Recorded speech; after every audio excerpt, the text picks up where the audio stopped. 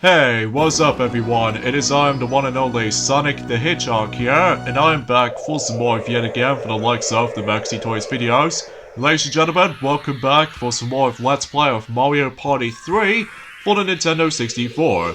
So remembering last weekend is the fact that, well, specifically last Sunday, we have managed to able to be completely done with Arrowhead, and overall that's actually a pretty flawless run through, despite there are some tedium all in all, but even then, regardless of such, I still managed to win nonetheless. So today, for this particular episode, for this point today, along with the forms of tomorrow, we're going to be hit on to the next two boards. So of course today, we're going to be hit on to the next board of the dual map selections of boards. Up next, it will be Pipesqueak. So even then though, and as you can see, I'm going to be playing as Waluigi on this board, just because his companion is the Piranha Plant, and obviously, if you remember from the likes of Gate Guy board, along with the forms of Arrowhead or something like that, basically it's the fact that he will give you a special dice block if you decide able to keep on moving forward. So, yeah, here's the main emphasis on this board. There are 4 different colored pipes, as you can see,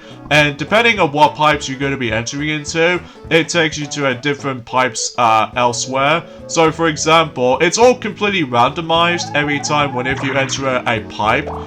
Basically, for example, if I was gonna hop onto the yellow pipe, it doesn't go choose it for you, it just randomly decides to go whatever what pipes you are about to be come out of. In this case, I managed to go very lucky because I'm actually gonna go back into my blue corner, and basically that it will happen every single time whenever you enter in those pipes, and there's not much else to it. So out of all the actual door maps in Mario Party 3 has to offer, excuse me, this is by far one of the best boards in my honest opinion, just because, well, there wasn't any complicated things here and there. It's just the fact that you can able to hop onto those, you know, different pipe squeaks here and there, and ooh, looks like I might actually give myself a lucky chance, assuming if Wario managed to get himself a low number. In this case here, it gets like a 5 or something like that, so yeah, anyway, a few things I want to explain about this for this point today is that obviously today's day is, of course, the 20th of February today, in this case in 2021, and it looks like we're almost there to March, so, am I able to land on the Game Guy space, am I? Well, luckily for me, since that the Piranha Plants may able to give me a massive boost thanks to that dice block, so in this case, they'll pretty much give Wario a massive hitbox. Yeah, as far as you can see there. Which is good for me, because regardless of anything else though, we can expect so much so for able to make some of these boards go really quick, but depending on the forms of some situations are involved, so, and in this case, Wario's gonna now hop onto the pipe as he goes, and he's gonna go all the way back to his corner, even though despite the fact that he's gonna give the coins to me, so even though I've got Piranha Plant along with Baby Bowser as my partners, so I guess that makes it super insufficient, so I would like to go into that pipe, but the thing is though, I think I'm almost low on coins, so I might as well go back into my blue corner as it is, so we can expect this much. So, you remember when Maxi has already mentioned about the forms of, you know, the Nintendo Direct announcements that we had? Well, I would say for this point is the fact that he did find the actual Direct itself to be okay. It's not the best Nintendo Direct ever made. Like, some people complain about the forms about the fact that there's gonna be a, well, the lack of information on, you know, The Legend of Zelda Breath of the Wild 2, but we did actually mention about that, briefly, but they will mention about it later on throughout the year. And, also same applies by the forms of, the lack of information on Metroid Prime 4 and Bayonetta 3, but, regardless of such though, at least there was actually one good thing though, is that, No More Heroes 3 finally gets its release date, and it's gonna be releasing at some point in August, so I can expect that most, No More Heroes fans will be happy about this, because it has been quite a long time actually. So even then though, despite we actually got ourselves the first No More Heroes along with the second game as well on the Nintendo Switch digitally now, so at least that gives them some entertainment value for like playing it on a go and stuff like that, which is always a swell thing. And as a matter of fact though, it's the fact that, well, yeah, that's all I can say about this thing, honestly.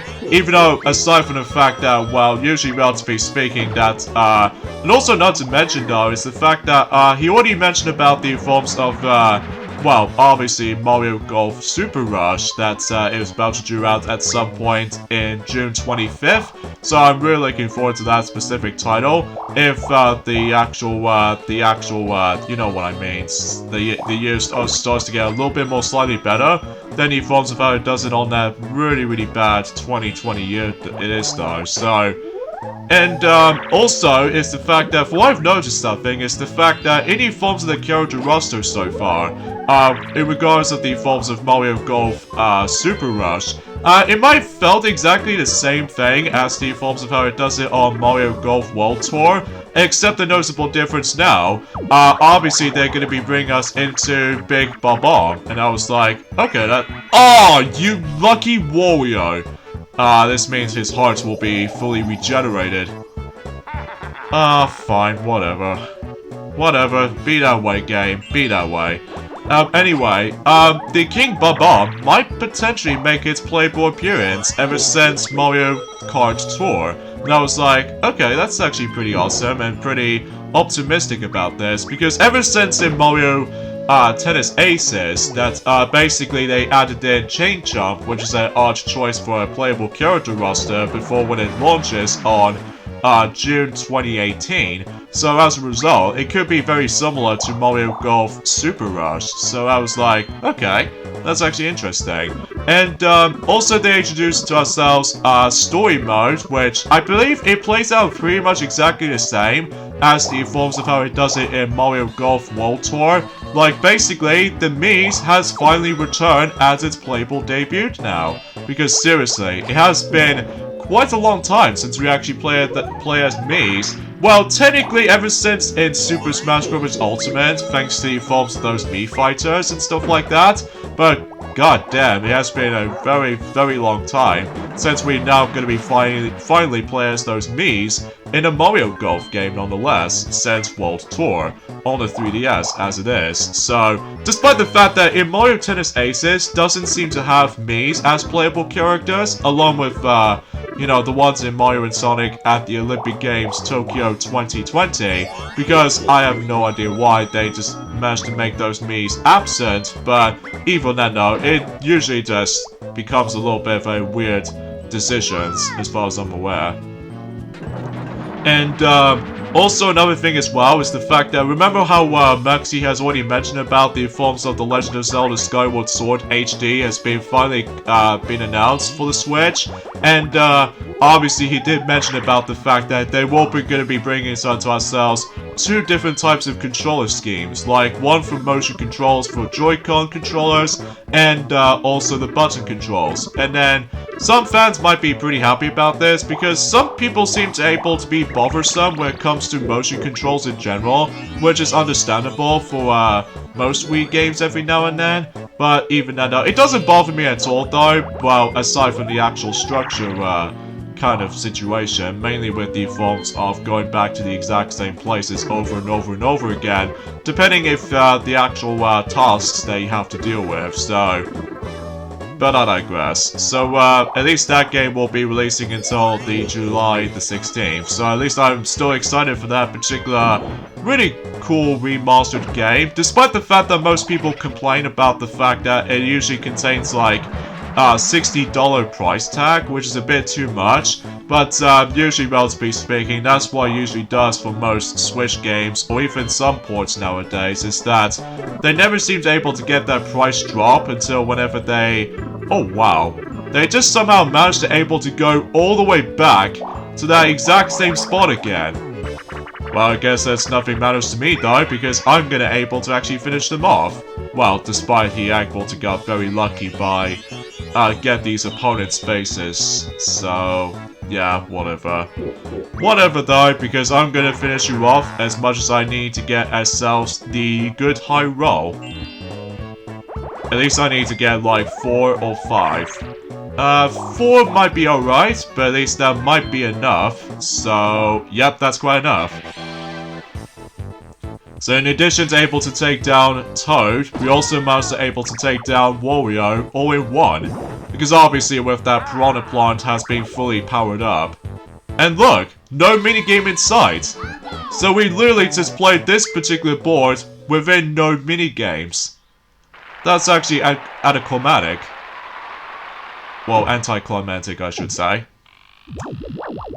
But anyways, mustache power! Actually, I'll mention more details about the forms of more Nintendo Direct announcements they just revealed at some point in tomorrow for the sake of the next board. But for now on though, I've managed to win flawlessly. Despite there's a bit of a luck factor involved with all these pipe traversing kind of stuff. But regardless of such though, I've managed to win regardless of such. At least despite the fact that the CPU was actually on normal mode. So, I could've wished if I was able to increase the difficulty by hard, but they will gonna kick my butt for hard mode anyway. Although unlike Mario Party 4, where I've able to play that on hard mode, the hard computer players are an absolute joke in that game. But anyway, let's take a look. Oh, I somehow won by 1 coin from that, you know, the coins amount. Despite the fact that, usually relatively speaking, that was, you know, a little bit of a, it's kind of hard to explain about it sometimes, because I know it has been a while since I actually played this, since last Sunday, but regardless of such though, this is by far the most quickest game out of the lot so far, which is kind of surprising, because usually, unlike in Battle Royale maps, they usually take a while to finish. So, in this case, we should probably end things off at this point right here. So join me next time for more of Let's Play of Mario Party 3. It's the fact that we're going to be hit on to the 4th board in the game for the dual maps selection. And up next, it will be Blowhard. So, this should be interesting to say the least. So I'll see you guys tomorrow. Later, fellas. Gotta go fast.